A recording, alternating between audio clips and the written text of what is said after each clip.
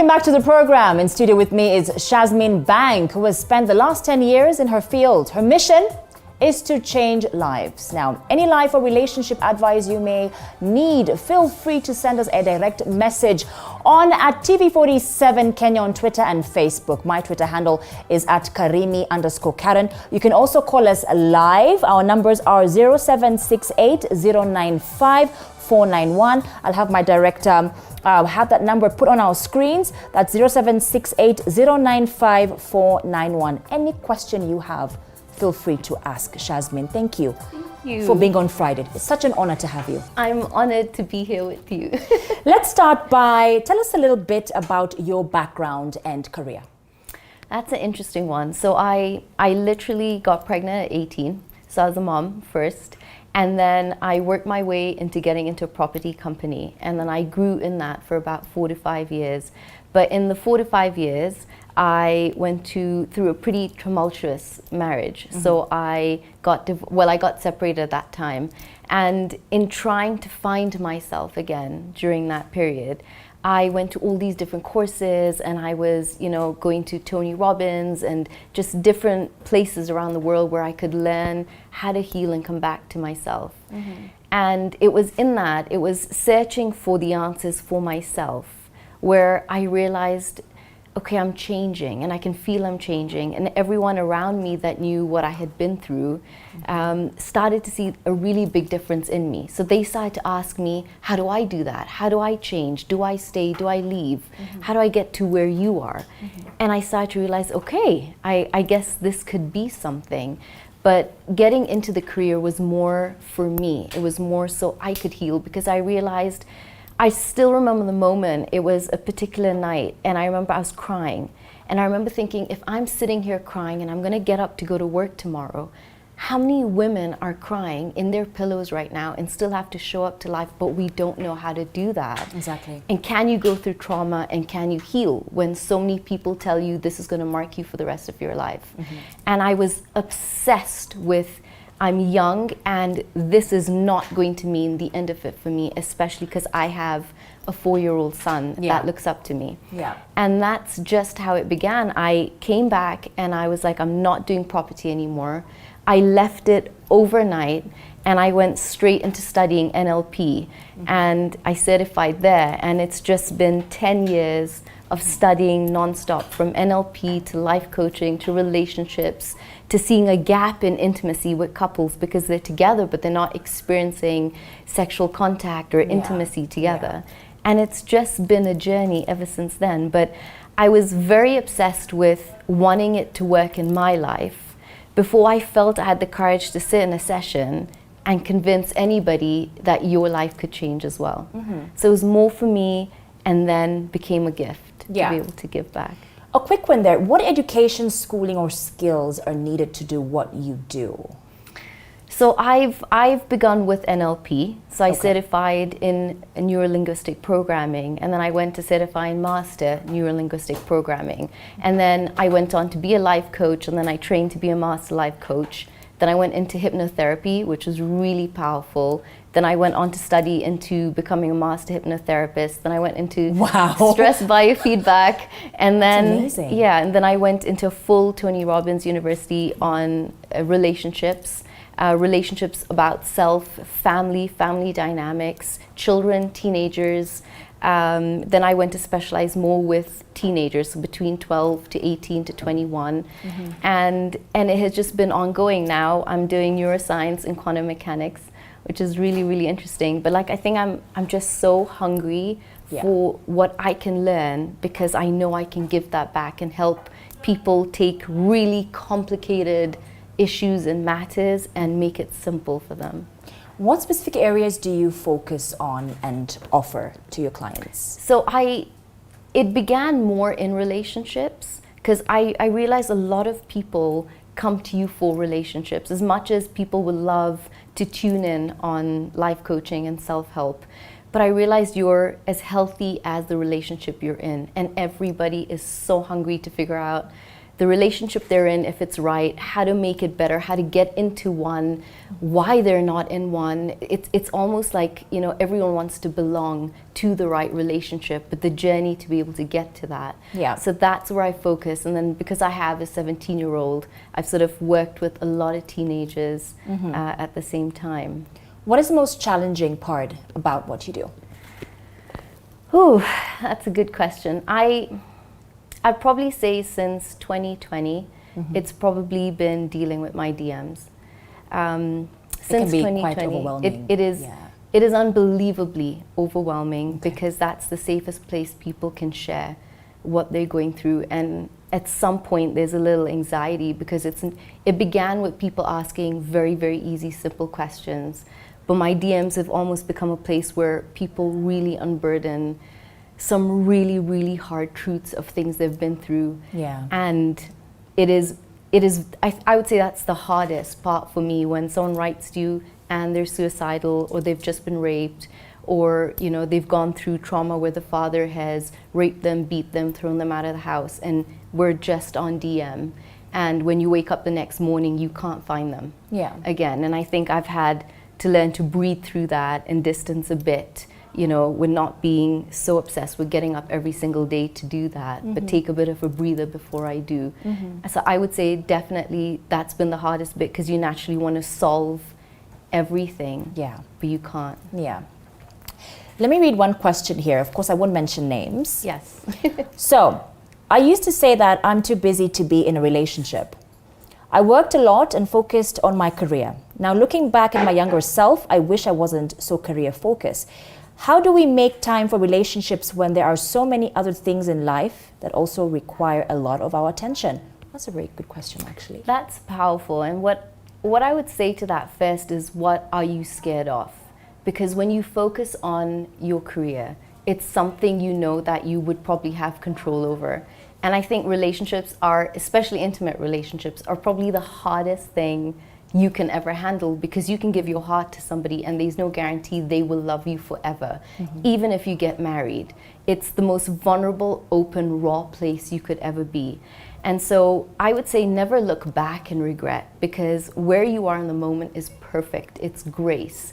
But maybe focusing on your career allowed you to grow and build yourself up to know who you are so well that the person you'd want to attract now would be able to match where you are in life.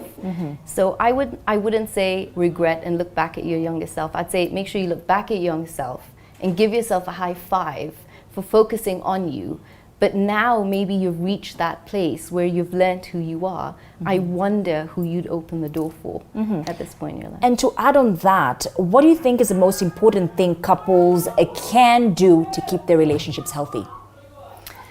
I actually think it's fighting right. I know a lot of people will turn around. I know a lot of people. Because you can't escape fighting anyways. You can't, and people are so scared of it. And I think you can say, you know, keep the spark and the passion alive with date nights and being intimate and do beautiful things and buy gifts and, you know, the 5 rules that I teach and things like that.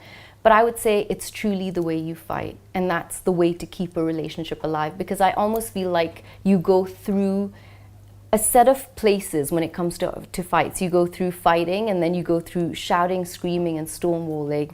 And then you'll go through, you know, we're having a disagreement, and then we learn to have a difference of opinion, and I still love you, we can walk away and we're comfortable.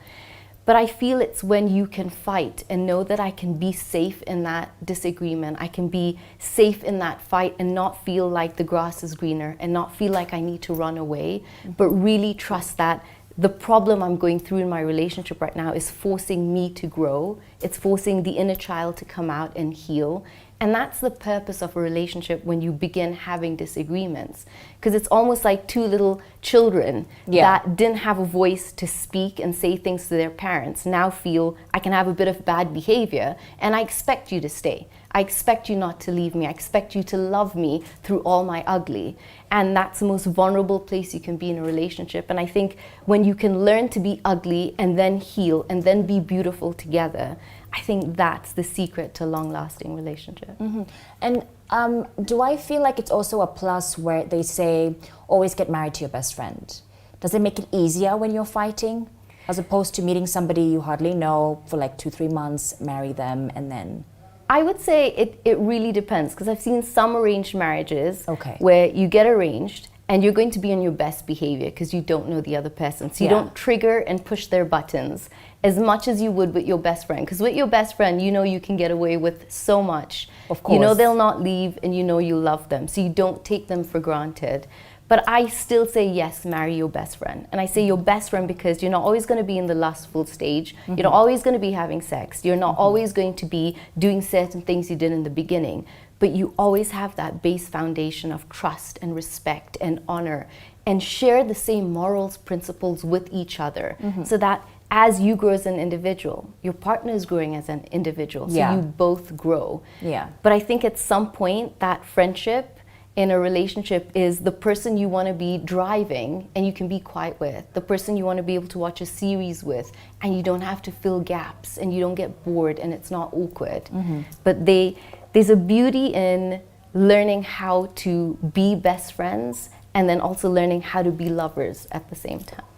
What do you think is the #1 contributor to relationship problems? I'd say it's self. I'd say it's self and ego. Because I feel when ego comes in the way, it becomes all about me. In the beginning of a relationship, it's how can I please you? What could I do for you? If you ask me to take out the trash, I'll be like, I'll take out the trash. Where do you want me to put it? And then 2 years down the line, it's take out the trash. You take out the trash. Who do you think I am? And I feel it becomes ego, because I feel at some point in relationships, you get too comfortable. And you forget to reignite passion, you forget to reignite the spark, you forget that the other person's going to take an interest again. Who are you? What do you like? What are your dreams? It's not, the dreams you had at 24, 25 when we were together. You've changed, you've become a woman, you've become a man, we've grown our families. So I'd say the biggest downfall to a marriage is taking each other for granted and thinking that the person you married is still the same person today. I'd say the biggest secret for men is women always want to be seen. And for women to learn, the biggest secret is men don't want to be controlled and criticized. And when both of you learn the dynamic of masculine, feminine energy and how to stay in those roles beautifully, that dynamic creates polarity for the two of you. So I'd say it's learning for women not to lose the vulnerability and get masculine, because they don't want to be married to a feminine man. And for a man not to lose his masculinity. And when I say masculinity, it's the gentle man. It's not the toxic masculinity. But it's learning to have that beautiful dynamic where you're always trying to keep it fresh. And I tell couples, have fun, because you forget when children come or you've been together for so long to have fun. And even if you're craving attention or you're getting into an argument, find a funny way to get into it and to get out of it, because that fun keeps the spark alive. It keeps the little mystery in the marriage. We do have like a 40 to a minute clip of you talking about self-love. I'll have my director put it for us so that guys can watch you. Self-love means I'm going to relinquish my power that I give to other people by blaming them, by letting people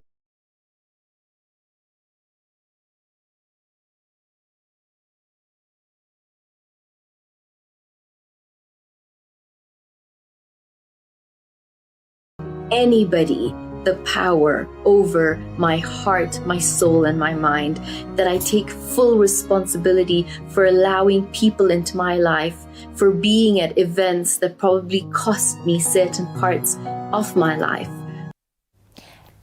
And with that, why is self-love so important in our relationship with another person? I feel self-love, we kind of dilute the meaning. But I feel self-love is actually, it's a journey of going inside. And I think people are too scared nowadays to go within, because what will I find? But I feel when you fall in love with who you are, but you really know who you are, you start to discover yourself in different ways, then the other person you're with sees you in a very open lens. So I think the importance of self-love is not only is it that I'm independent, I know who I am, and then you compliment me. Yeah. But it's that I know who I am in such a deep, vulnerable, raw way that now I don't expect you to know me in that way because I know me. Now you being a part of my journey, you being a part of my life is beautiful. And I feel what a lot of people lose is they get into relationships thinking you will be the half of me. You will be there to complete me. And if you complete me, then I know who I am and I love myself if you love me. But I think self-love comes from dealing with everything you've been through in your childhood, in your broken relationships, through a divorce, through failed relationships. Even if you're sitting in a breakup right now or you're not in a relationship and you're too scared to get into one, that's self-love. It's being able to honor and love yourself with everything you've been through and not blame yourself, but be able to sit there and say, oh my God, how beautiful am I to have the possibility to go through everything I have in life. Because I love me and I'll keep showing up to life. We have 2 questions here, very quickly. So my friend is in debt. His marriage is breaking down because of it. What can be the mindset shift to help him and his partner? Very quickly. This is powerful because financially working together as a couple is everything. And I feel it would be for her to come on board and say, look, if you're going through debt, what do we need to do as a couple together? Where can I contribute? Where can you contribute? So we can work it out. Let's see what that big debt is and start to break it down into smaller things. I think the worst thing you can do if a man's in debt right now is blame him and bring his self-esteem down, because for men, finance and being able to provide is everything. So do it as a team. That's what I would say. The other question is, how do I find my purpose when my family wants me to do something else? Ooh, I love it. We need an hour. That's really interesting. That is very interesting. And this is when I tell people boundaries, when you draw boundaries in your life and you start to find your voice, use it. And boundaries are not to keep people away. It's to be able to keep you aligned to what you want. If you know what your purpose is and people around you don't believe you, I think that's actually fuel. It's fuel for you to go out and conquer it and do it even better because nobody has faith in you. And I feel for me, that was something I believed in. Everyone was like, you got to go through to traditional university, but if you go through the route that you're going, you might fail. And that's fuel to be able to say, I'll do it, I'll conquer it, I'll achieve it. And then you'll be surprised how everyone will be like, I believed in you. I knew you could do it all along. And I say, if you know your purpose, it's something you're lucky to be able to know and follow it, and honestly block out noise. Noise is everyone saying this is the right way, but your purpose guides you. It's a compass, so follow it. We have a very interesting question. Okay, how do I bring this out? So now, with the growing visible displays of LGBTQ relationships both internationally and in Kenya, is this community growing, and do you believe we have room to begin accommodating them? It's such a sensitive topic. It is. And I just feel, personally, I feel not to put people into a box and not to look at people as a certain way. I think everyone just has a heart, they have a soul. And I feel sometimes you just have to be who you are in the best way that you can be, in a way that makes you feel comfortable. You're never going to be able to change society. I mean, you're never going to be able to stop things moving the way that they are. And if you're going to wait for society to change, for you to have a voice and for you to shine, you're going to wait such a long time. I feel you should be the rule. You should be the person that goes against what everybody says, and be, shine, and stand up for what you believe in, even if you have to do it alone at first. My director tells me we only have 2 minutes, so I'll just ask these questions really quickly. It's about dating apps. Right. Now, I'm curious to know what it's like as a single woman or man in this world of dating apps. Do you recommend it to women and men who are looking for the right person? The right app. The right app. I would get onto the right app. I know that there's Bumble and Tinder, of course, but the culprit one. Tinder I've learned is the easy hookup. But I feel, when you get onto dating app, be so careful about what you market, because what you market is what you're going to attract back. So have no confusion about the profile you put out. Even I tell people, spend a bit of money to get on the apps that you actually have to pay for, because people who show up on that are more certified, or they've spent the money to be able to get onto that to find the right thing. But it's digital. People meet on Facebook and Instagram and in so many different ways. And I feel if you're not meeting people the regular way, then you never know, the love of your life could be looking for you on an app. What do you like doing on your free time, by the way? So I do wildlife photography. Oh, lovely. That's why Yes. I loved that you do KWS. Yes, So yes, thank you. I do wildlife photography, and I've been featured in a couple of magazines. And then I love to read and paint and go to the gym. Now, your camera is right there. I want you to give advice to somebody considering this career and to anyone who wants to have a life coach or relationship coach. What can they do? What advice can you give them? You know, so many people ask me, Shazmeen, I want to